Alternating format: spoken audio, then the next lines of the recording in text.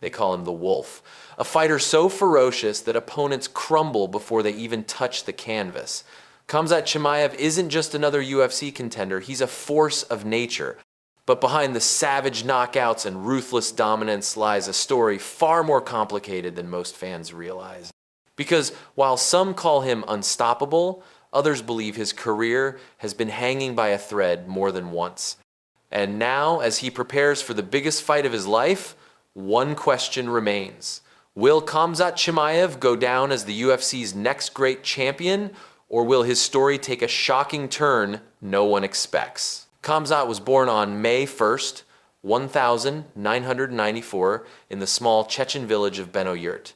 At the time, the region wasn't known for producing athletes, it was known for producing survivors. The First Chechen War had torn the land apart. Bombings, military checkpoints, and gunfire were part of daily life. For a child, it wasn't about dreams of stardom, it was about making it to tomorrow. When he was just 2 years old, tragedy struck. Khamzat fell down a set of concrete stairs, leaving a permanent scar across his lip. That scar became a symbol, a mark he would carry forever, and in many ways, it foreshadowed the battles that would define his life. By the time he was 5, he found wrestling. In Chechnya, sports weren't hobbies, they were survival skills. Wrestling offered discipline, strength, and an escape from the chaos. His raw aggression set him apart, and by his teens, Chimaev was already competing at a national level. But medals didn't protect you from war.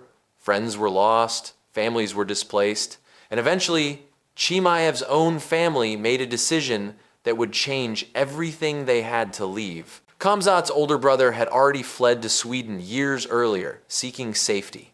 Eventually, the rest of the family followed. For Khamzat, arriving in Sweden at 18 wasn't the start of a dream, it was the start of a new struggle.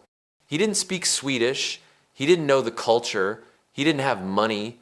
He and his family lived crammed in small apartments, taking whatever jobs they could find just to survive.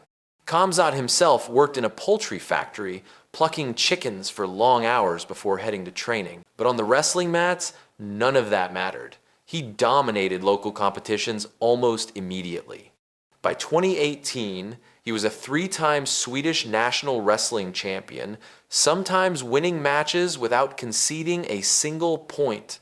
Coaches started whispering, this wasn't just a good wrestler, this was someone special. And soon, he would discover the sport that would turn him into a worldwide phenomenon: mixed martial arts. In Stockholm, Chimaev walked into the legendary All-Stars Training Center, the home of UFC stars like Alexander Gustafsson. He wasn't a polished MMA fighter yet, he didn't have a background in striking or submissions, but what he did have was raw power, insane cardio, and a mindset that bordered on obsession. Stories quickly spread through the gym. Khamzat trained harder than anyone. If practice ended at 9 p.m., he stayed until midnight.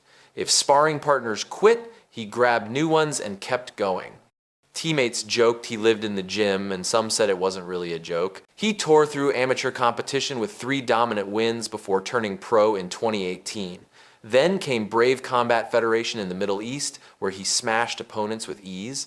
Whether it was striking, wrestling, or grappling, the result was always the same: destruction.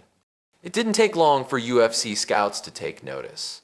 But even they couldn't predict how quickly the refugee kid from Chechnya would take over the biggest stage in the world. The 15th of July, 2020, Yas Island, Abu Dhabi.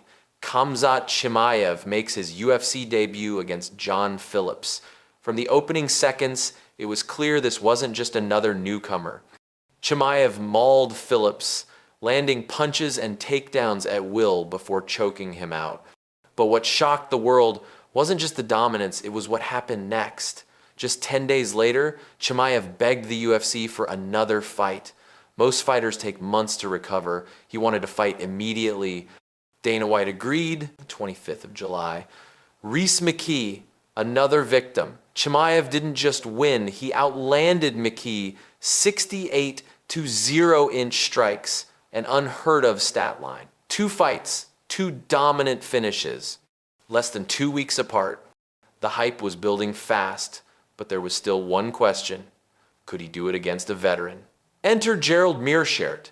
The UFC threw him in as a test, expecting experience to slow the Wolf down. Instead, Chimaev flattened him with a single punch, 17 seconds, lights out, 3 fights in, 3 flawless finishes. Fans started calling him Khabib 2.0, but Khamzat pushed back. I'm not Khabib, I'm Khamzat. I smash everybody. The hype was real. The world was watching.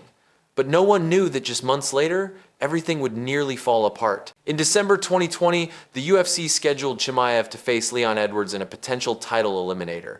But then came the virus. Chimaev tested positive for COVID-19.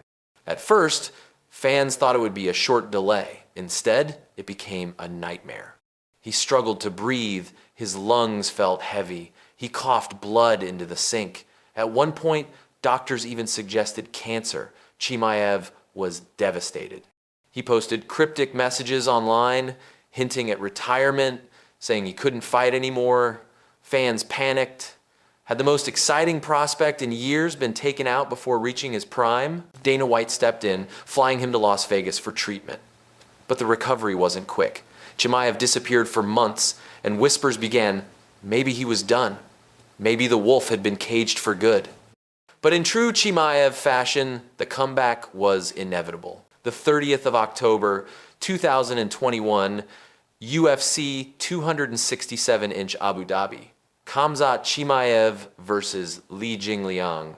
From the opening bell, Chimaev sprinted across the cage, lifted Li off his feet, and carried him across the octagon while screaming at Dana White, I'm the king! Moments later, he choked Li unconscious without absorbing a single punch. The hype was back. The Wolf was hunting again. Then came Gilbert Burns in April 2022. For the first time, Chimaev bled.